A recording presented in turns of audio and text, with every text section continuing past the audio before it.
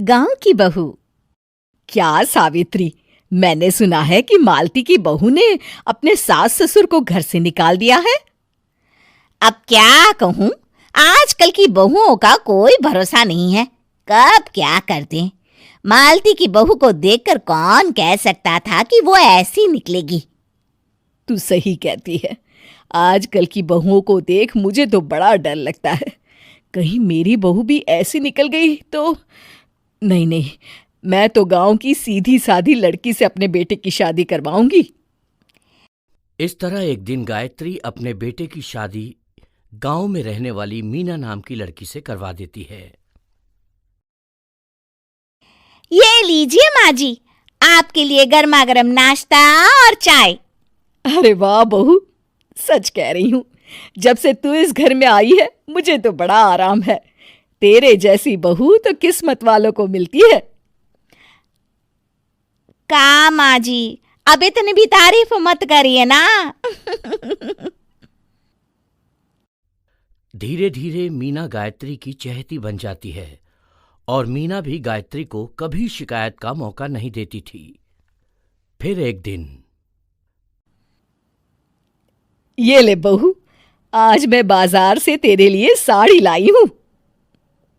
साड़ी देखते ही मीना का मुंह लटक जाता है। का माँ जी, ये भी कोई साड़ी है? ना, मुझे तो बिल्कुल पसंद नहीं आई। अरे लाना ही था तो कोई अच्छी महंगी वाली साड़ी ले आती मेरे लिए। आप तो ये सस्ती साड़ी उठा लाई। मुझे नहीं ना चाहिए आपकी ये साड़ी, आप ही पहनिए इसे। अरे ये क्या बहू, तू तो आजकल कुछ ज्यादा ही नखरे दिखा रही है। मैं इतने प्यार से तेरे लिए साड़ी लेकर आई हूं और तू है कि उल्टा मुझे ही दो बातें सुना रही है। अरे माँ जी, आप अपने लिए तो बड़ी डिजाइनदार और महंगी महंगी साड़ियां खरीदती हैं और मेरे लिए ये सस्ती साड़ी ले आई। आप समझती हैं कि मैं गांव से आई हूं इसलिए मुझे कुछ नहीं पता। हाँ, अरे कुछ नहीं, तुझे शहर की हवा लग गई है बहू। इस तरह दोनों सास बहू में रोज किसी न किसी बात पर लड़ाइयां शुरू हो जाती थीं। एक दिन गायत्री अपनी कुछ सहेलियों को अपने घर चाय पर बुलाती है। अरे बहू, मेरी सहेलियों के लिए बढ़िया चाय नाश्ता तो बना दे। अरे माँ जी, अभी ना मेरे पास बिल्कुल भी समय नहीं है। मुझे ब्यूटी पार्लर जाना है। चाय नाश्ता आप ही बना लीजिए। हाँ, तू कब से ब्यूटी पार्लर जाने लगी है? शहर आए 2 दिन नहीं हुए और देखो महारानी के नखरे शुरू हो गए। बस भी करिए माँ जी, आपसे बहस करने के लिए मेरे पास ना बिल्कुल टाइम नहीं है। आपका क्या है, आप समझती हैं कि मैं गांव से आई हूं तो मुझे कुछ नहीं आता, और आप जो रोज रोज मुझसे मेहमान नवाजी करवाती रहती हैं नौकरानी की तरह। मीना के कमरे में जाते ही, अरे ये क्या गायत्री, तू तो अपनी बहू की बड़ी तारीफ कर रही थी, लेकिन ये तो तुझे कुछ समझती ही नहीं। भाई मुझे तो लग रहा था कि तेरी बहू गांव की है तो सीधी सादी होगी, लेकिन इसने तो शहरी बहुओं को भी मात कर दिया। हाँ।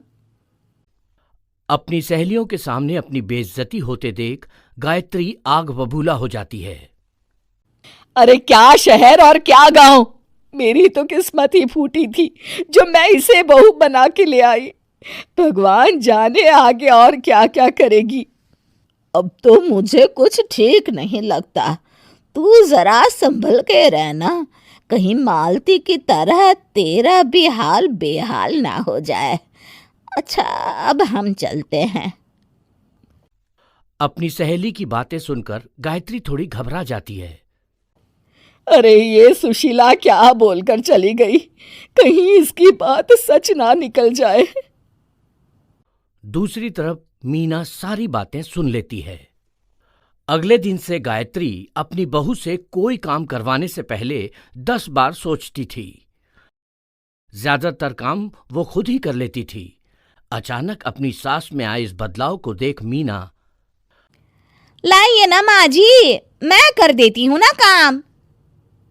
एक बात पूछूं माँ जी, आजकल ना आप बड़ी चुप चुप सी रहती हैं, और अब मुझसे झगड़ना तो दूर, मुझसे खुल के बात तक नहीं करती आप। कुछ नहीं बहू, ऐसे ही। मीना अपनी सास की मंशा भांप जाती है और मुस्कुराते हुए कहती है, अरे माँ जी, चिंता मत करिए, मैं आपको घर से नहीं ना निकालने वाली। ये डर आप अपने मन से निकाल दीजिए। अरे छोटे मोटे झगड़े तो हर घर में होते रहते हैं, चाहे कुछ भी हो जाए, आप मेरी सासू माँ हो। मैं तो जिंदगी भर आपकी सेवा करूंगी माँ जी। अपनी बहू की बातें सुन गायत्री को एक प्रकार का संतोष होता है और उसकी सारी चिंताएं दूर हो जाती है। गायत्री अपनी बहू को गले लगा लेती है। मुझे माफ कर दे बहू, मैं तुझे गलत समझ बैठी थी। कोई बात नहीं माँ जी, ये ना घर घर की कहानी है। हाँ बेटी, एक बार चल के लड़के को देख तो लो। मेरा दावा है कि लड़का तुम्हें बहुत पसंद आएगा। बाला बहुत अच्छा लड़का है। हाँ हाँ बेटी, हम लोग तुम्हारे दुश्मन तो नहीं है, किसी अच्छे लड़के से ही तुम्हारी शादी करवाएंगे ना। आखिर तू हमारी इकलौती बेटी है। अच्छा ठीक है माँ, अब ज़्यादा भावुकतापूर्ण शब्दों का इस्तेमाल ना करो। मैं चलने के लिए तैयार हूँ। चलो फिर, बिना देर के हम सब चलते हैं। सभी बाला के घर पहुंचते हैं। अरे क्या बात है बहन जी, अभी तक आपका बेटा नहीं आया? जी बस आता ही होगा। तभी वहाँ बाला आता है। लो जी, आ गया मेरा बेटा। ये लोग तुझे देखने आए हैं और ये इनकी बेटी नम्रता है। बाला के सर पर बिल्कुल बाल नहीं होते। ये देख नम्रता और उसके परिवार वालों की आंखें फटी की फटी रह जाती है। ये तो टकला है। हे भगवान, माँ पिताजी, आप दोनों एक टकले से मेरी शादी करवाने वाले थे। अरे ये तो पूरा उजड़ा चमन है। देखो बेटी, इस तरह किसी का मजाक उड़ाना गलत है। किसी के बारे में इस तरह की बातें नहीं करते। बालों का क्या है, वो तो आते जाते रहते हैं। लड़का टकला है तो क्या हुआ, इंजीनियर है, अच्छा खासा कमाता है। आप चुप रहिए जी, इसकी तरफदारी इसलिए कर रहे हैं क्योंकि आपके भी सर पर बाल नहीं है। मैंने तो आपसे शादी कर ली, मगर मैं अपनी बेटी की शादी एक टकले से बिल्कुल नहीं करवाऊंगी। अरे ये क्या, कब से आप लोगों ने टकला टकला लगा रखा है? और माफ करना, तुम भी कोई हूर की परी नहीं हो। तुम लोग मेरे घर में आकर मेरी ही बेइज्जती कर रहे हो। निकल जाओ यहाँ से। हाँ हाँ तो जा रहे हैं ना, हमें भी यहाँ रुकने का कोई शौक नहीं है। नम्रता और उसके परिवार वाले उठकर वहां से जाने लगते हैं। तभी नम्रता का छोटा भाई जाते जाते कहता है, टकला, तेरा बाप टकला। और इस तरह बाला का रिश्ता टूट जाता है। फिर एक दिन सड़क के किनारे एक आदमी घूम घूम कर कंधी बेच रहा होता है। कंधी ले लो, कंधी, एक से बढ़िया एक कंघी ले लो, नए जमाने की कंघी ले लो। अरे भाई ये ले लो। घूमते घूमते वो बाला के पास पहुंच जाता है। अरे भाई साहब, कंधी लोगे क्या? ये लो। तभी उसकी नज़र बाला के सर के ऊपर पड़ती है। अरे माफ़ करना भाई साहब, आप इसे लेकर क्या करोगे?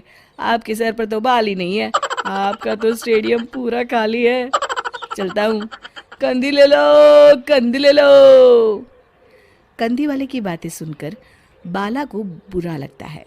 उस समय बाला को ऐसा महसूस होता है कि उसके लिए दुनिया में सबसे कीमती कोई चीज़ अगर है तो वो सिर्फ बाल है। बाला सड़क पर चलते हुए लोगों के बाल बड़े गौर से देखता है। चलते चलते बाला एक मंदिर के पास पहुंच जाता है। हे भगवान, तुमने ये मेरे साथ क्या किया? थोड़े से बाल अगर मुझे दे देते तो तुम्हारा क्या चला जाता? सारी दुनिया मेरा मजाक उड़ाती है।